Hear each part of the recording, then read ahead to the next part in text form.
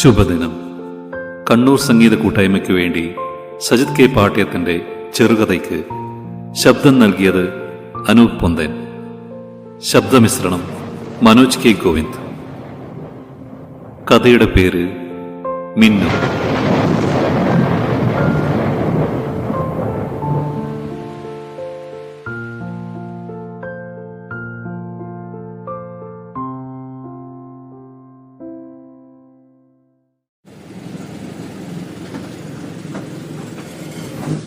മനോഹരമായ ഗ്രാമാന്തരീക്ഷത്തിലൂടെ ബസ് നീങ്ങിത്തുടങ്ങി.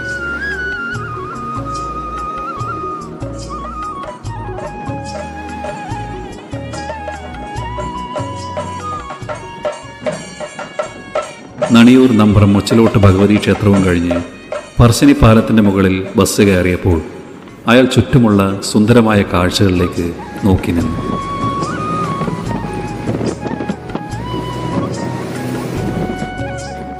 പ്രായമായവർക്ക് പോലും സീറ്റ് കൊടുക്കാൻ തയ്യാറാവാതെ മൊബൈൽ ഫോണിൽ കളിച്ചുകൊണ്ടിരിക്കുന്ന പുതിയ കാലത്തിലെ വിദ്യാർത്ഥി സമൂഹം ബസ്സിലെ സ്ഥിരം കാഴ്ചയായി. പറശ്ശിനി മുത്തപ്പൻ മടപ്പുരയും ബോട്ട് ജെട്ടിയും കാഴ്ചയിൽ നിന്ന് മറഞ്ഞു. റോഡിനിരുവശത്തുള്ള വാഗമരങ്ങളും കടന്ന് വളവുകളും തിരിഞ്ഞ് ബസ് സ്റ്റാൻഡിലെത്തി.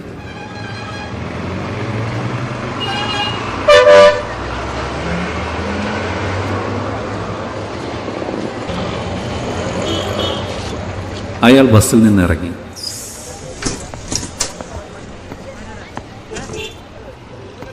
അവിടെ അയാളെയും കാത്ത് ബാലേട്ടൻ നിൽപ്പുണ്ടായിരുന്നു. ബാലേട്ടന് 70 വയസ്സായി. ഇപ്പോഴും ജോലി ചെയ്യുന്നത് ആരോഗ്യവനായി തന്നെ.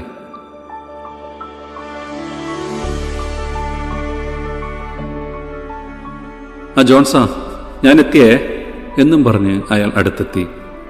ആ ബാലേട്ടാ, വാ, താഴെയാ ലോഡ്ജ്, മടപ്പുരയ്ക്ക് സമീപം, അവിടെ ഇന്നത്തെ പണി എന്ന് ജോൺസണും പറഞ്ഞു. ആഹാ, ചന്ദനക്കളർ ഷർട്ടാണല്ലോ ജോൺസാ, നല്ല സുന്ദരനായിട്ടുണ്ടല്ലോ. അവനെ നോക്കി ബാലേട്ടൻ പറഞ്ഞു. ഒന്ന് പോ ബാലേട്ട, കളിയാക്കാതെ. അവർ ഇതും പറഞ്ഞ് നടന്നു തുടങ്ങി. റോഡരികിൽ ഉപേക്ഷിച്ച കുട്ടികളുടെ വിസർജ്യം നിറഞ്ഞ പാമ്പേഴ്സ് കടിച്ചു പറിച്ചു തിന്നുന്ന നായക്കൂട്ടങ്ങൾ. ചിലവ പുതുതായി വന്നിട്ടുള്ള നായയെ കൂട്ടമായി ആക്രമിക്കുന്നത് കാണാം. വിശപ്പിൻ്റെയും ഒറ്റപ്പെടലിൻ്റെയും ദയനീയത അവയുടെ മുഖത്ത് കാണാം. സ്റ്റെപ്പുകൾ ഇറങ്ങി നടക്കവേ മടപ്പുരയ്ക്ക് സമീപത്തുള്ള കടകളിൽ നിന്നുള്ള തിരക്കും അവിടെ നിന്ന് മനോഹരമായ മുത്തപ്പ ഭക്തിഗാനത്തിൻ്റെ ഒഴുകിയെത്തുന്ന സംഗീതവും മടപ്പുരയിലെ ചെണ്ടമേളവും കേൾക്കാം. ആളുകളുടെ തിരക്കും ബഹളവും എല്ലാം കടന്ന് ഞങ്ങൾ ലോഡ്ജിലെത്തി ജോലി ആരംഭിച്ചു.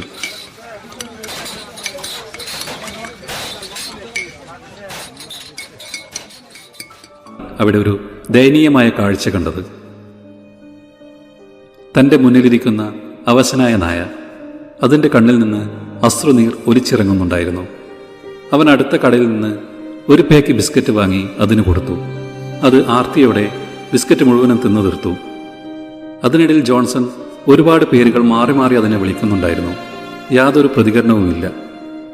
അതിൻ്റെ വിശപ്പ് തീർന്നിട്ടില്ല എന്ന് മനസ്സിലായപ്പോൾ അടുത്തുള്ള ഹോട്ടലിലേക്ക് അയാൾ നടക്കവേ മഴ പെയ്യാനും തുടങ്ങി.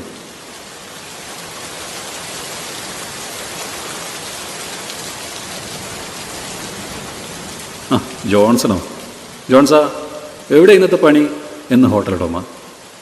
ഇതാ കാണുന്ന ലോഡ്ജില്ലേ, അവിടെ എന്നും പറഞ്ഞ് ദൂരേക്ക് കൈ ചൂണ്ടി കാണിച്ചു. എന്താ ജോൺസാ, ഒറ്റയ്ക്കേ ഉള്ളൂ ഇന്ന്? അല്ല മാധവേട്ടാ, ഒരാൾ കൂടിയുണ്ട്. നിങ്ങൾക്കറിയാ ബാലേട്ടന? ആ, നമ്മുടെ ചക്കരക്കല്ലിലെ. ഞാൻ ചോദിച്ചു എന്ന് പറയണേ, കുറേ ആയി കണ്ടിട്ട്. മാധവേട്ടൻ പത്രം വായിക്കുന്നതിനിടെ അവനോട് പറഞ്ഞു. ആ പറയാം മാധവേട്ടാ, 3 ദോശ വേണേ എന്നും പറഞ്ഞ് ജോൺസൺ ദോശയും വാങ്ങി നായയുടെ മുന്നിലെത്തി. അതിന് കൊടുത്തു.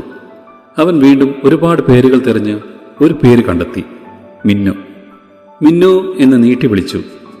നായ തലകുലുക്കി വാലാട്ടി പല കളറിലുള്ള പെയിന്റ് നിറഞ്ഞ അവന്റെ കുപ്പായത്തിൽ മുഖം ചേർത്തമർത്തി ആ കിടത്തണ്ണയിൽ ദൂരെ നോക്കിയിരുന്നു.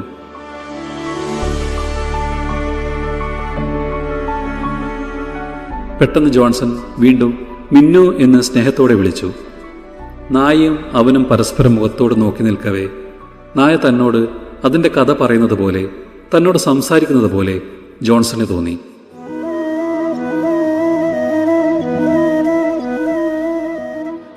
അതെ ജോൺസാ, ഞാൻ ദൂരെ ഒരു കൊട്ടാരം പോലുള്ള വീട്ടിൽ അവരുടെ മീനൂട്ടിയായി രാജകുമാരിയായി കഴിഞ്ഞ കാലം.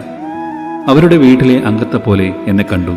നല്ല ഭക്ഷണം, നല്ല കൂട്, എല്ലാവരുടെയും മടിയിൽ കിടന്നുല്ലസിച്ച് കളിച്ച നാളുകൾ. എനിക്ക് വേണ്ടി സുന്ദരനായ ഒരു ആൺനായയെ അവർ നൽകി. ഞങ്ങൾ ഒരുമിച്ച് കളിച്ചും പ്രണയിച്ചും ആഹ്ലാദ ദിനങ്ങൾ കടന്നുപോയി.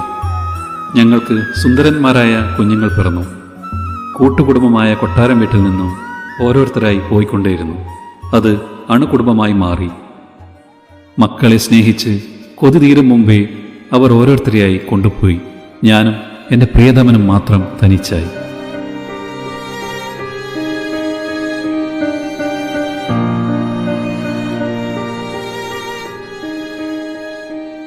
അതിനിടയിൽ രോമങ്ങൾ കൊഴിയുന്ന രോഗം എനിക്ക് പിടിപെട്ടു. കുടുംബത്തിലെ ഒരംഗമായി കണ്ട ആ വീട്ടുകാർ തന്നെ എന്നെ ഈ പറശ്ശിനിയുടെ തീരത്ത് ഉപേക്ഷിച്ചു. അവരുടെ കാറിന് പിറകെ ഒരുപാട് നേരം ഓടിയെങ്കിലും അവശനായി തളർന്നു ഞാൻ ഇവിടെ വീണുപോയി. ഇവിടെ വീണ്ടും തിരിച്ചെത്തിയപ്പോൾ ഭക്ഷണം കിട്ടാതെ ഞാൻ ഒരുപാട് അലഞ്ഞു. ഇവിടുത്തെ മറ്റു നായ്ക്കൾ കൂട്ടമായി എന്നെ ആക്രമിച്ചു.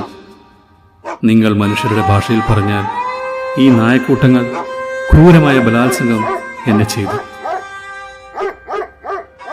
വിശപ്പ് സഹിക്കാനാവാതെ നിങ്ങൾ വലിച്ചെറിയുന്ന കുട്ടികളുടെ മാലിന്യ വിസർജ്യമടങ്ങിയ പാമ്പേഴ്സ് കടിച്ചു തിന്ന് വിശപ്പടച്ചു. ചില വീട്ടുകാർ ഭക്ഷണം നൽകും. എല്ലാവരെയും കാണാതെ ഒറ്റപ്പെട്ട് നിൽക്കുമ്പോഴുള്ള അവസ്ഥ ഒന്ന് ആലോചിച്ചു നോക്കൂ. രണ്ടുപേരുടെയും കണ്ണുകൾ പരസ്പരം നിറഞ്ഞിരുന്നു.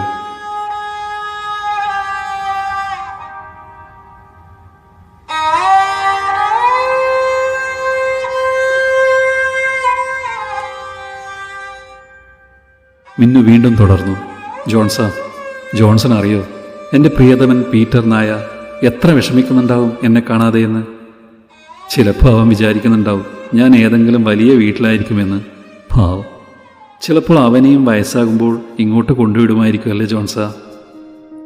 അപ്പോൾ എനിക്കെൻ്റെ പീറ്ററിനെ കണ്ണു നിറയെ കാണാൻ പറ്റും അല്ലേ ജോൺസാ?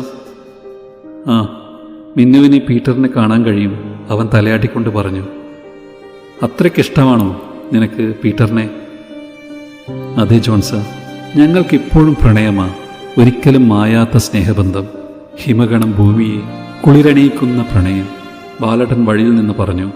ആ ജോൺസാ, വാ പോവാം, സമയമായി. അവൻ കൈകൊണ്ട് മിന്നുനായിയുടെ തലയിൽ തലോടി അവിടെ നിന്നുപോയി. ദാ അമ്പലത്തിലെ പ്രസാദം. ബാലട്ടൻ ജോൺസന് നേരെ നീട്ടി. അവർ വൈകുന്നേരം ജോലി കഴിഞ്ഞ് തിരിച്ചു പോകവേ ബാലട്ടൻ പറഞ്ഞു, എടാ നിന്റെ മിന്നുനായിയെ എവിടെയൊന്നും കാണുന്നില്ലല്ലോ. ആ ബാലട്ട, ഇവിടെ എവിടെയും കാണും ബാലട്ട. അവരുടെ കാര്യം കഷ്ടമാണ് കേട്ടോ. ഇത്തരം നായ്ക്കളെ വീട്ടിലെ ഒരു അംഗത്തെ പോലെ കണ്ട് ഓമനിച്ച് നല്ല ഭക്ഷണവും നല്ല കൂട്ടിലുമായി വളർത്തി അവസാനം അതിനെ വല്ല രോഗമോ വയസ്സാകുമ്പോഴോ ഇത്തരത്തിൽ പെരുവഴിയിലോ അതോ ഇതുപോലുള്ള സ്ഥലങ്ങളിലോ കൊണ്ടു തള്ളുന്നു, വേസ്റ്റ് പോലെ. അവർക്കാണെങ്കിൽ ഇര തേടാനുള്ള കഴിവില്ല. ഇത്തരം പരിസ്ഥിതിയുമായിട്ട് ഇഴുകിച്ചേരാനുള്ള കഴിവുമില്ല. അവർ എങ്ങനെ ജീവിക്കും ബാലേട്ടാ? ആ, കൊണ്ടു തള്ളുന്നവന്മാർക്ക് പിന്നെ ഇതൊന്നും അറിയേണ്ട ആവശ്യമില്ലല്ലോ. അവർ സംസാരിച്ചുകൊണ്ട് സ്റ്റെപ്പുകൾ കയറി നടന്നു ബസ് സ്റ്റാൻഡിലെത്തി.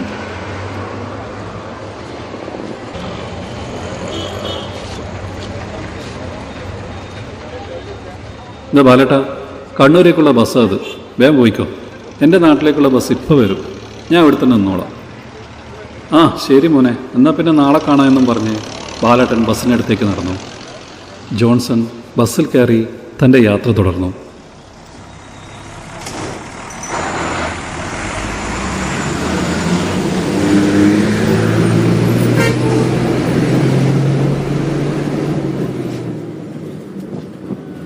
പുഴയിൽ നിന്നും ആഡംബര ബോട്ടിൽ വെച്ച് അടിപൊളി പാട്ടിൻ്റെ ശബ്ദം കേൾക്കാം.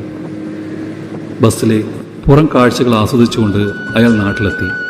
ബഷീർ ഖാൻ്റെ കടയിൽ നിന്നും സാധനങ്ങൾ വാങ്ങി അയൽ വീട്ടുകാരുടെ കുശലം പറഞ്ഞ് അയാൾ വീട്ടിലെത്തി. ആലയിലുള്ള പശുവിനെ കുറച്ച് വൈക്കോലിട്ട് കൊടുത്തു. ആ ജോൺസണിങ് വന്നോ? എൻ്റെ കുഴമ്പ് വേണിച്ചിനോ നീ? മേല് തീരെ വയ്യ കുട്ടിയെ, മുത്തശ്ശി കട്ടിൽ നിന്ന് കിടന്നോണ്ട് പറഞ്ഞു. ആ മുത്തശ്ശി എഴുന്നേക്കണ്ട, എല്ലാം മേടിച്ചിനി, കുഴമ്പും ഷുഗറുള്ള മരുന്നും എല്ലാം. പിന്നെ വേണമെങ്കിൽ നാളെ ഒന്ന് ഡോക്ടറെയും കാണിക്കാം. ഞാൻ ഒന്ന് കുളിച്ചിട്ട് വരട്ടെ.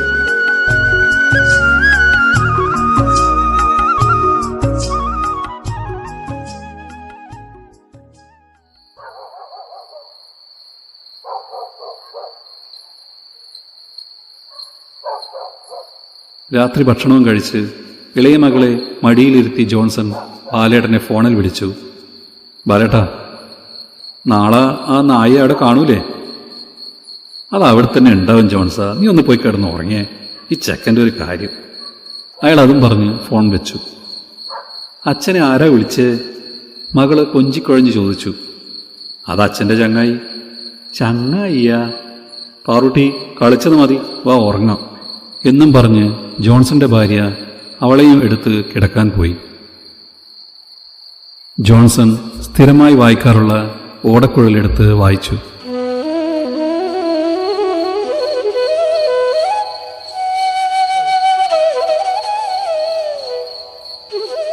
മതി കുട്ടിയെ, ഒന്ന് ഉറങ്ങാൻ നോക്ക്, രാവിലെ പോകാനുള്ള ലിങ്ക്, മുത്തശ്ശി അകത്തെ മുറിയിൽ നിന്ന് വിളിച്ചു പറഞ്ഞു.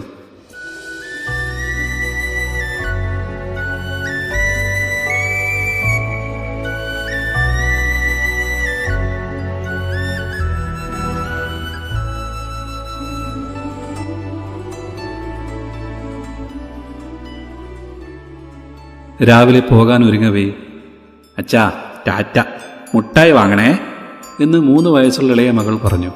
അവളെ വാരിയെടുത്ത് ഉമ്മ കൊടുത്തു ജോൺസൺ.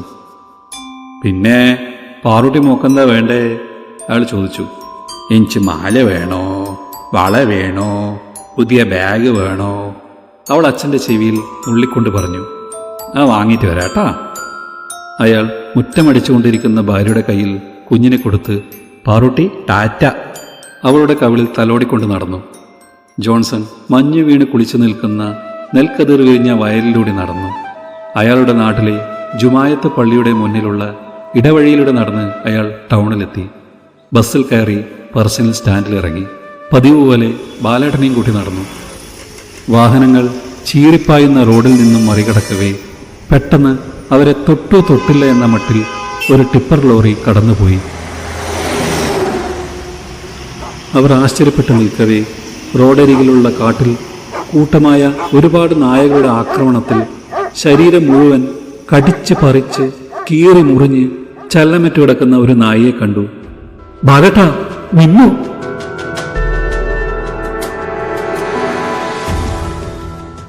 ഒരു ഞെട്ടലിലൂടെ ബാലേട്ടൻ നോക്കി. എടാ അത് മരിച്ചുപോയടാ, ഇതിവിടെ പതിവാടാ, ഞാൻ എത്ര നാളായി കാണുന്നു. ഇനി അതിന് കോർപ്പറേഷൻ കാറങ്ങാറ്റം വന്നിട്ട് എടുത്തുകൊണ്ട് പോകും. നീ വാ ജോൺസ, വയ്യ ഇതൊന്നും കാണാൻ വേണ്ടിയിട്ട് എന്നും പറഞ്ഞ് നിൽക്കവേ ദൂരെ നിന്ന് ഒരവശനായ നായ ഓടി വന്ന് മിന്നുനായുടെ അടുത്തിരുന്ന് കണ്ണുനീർ പൊഴിച്ചു.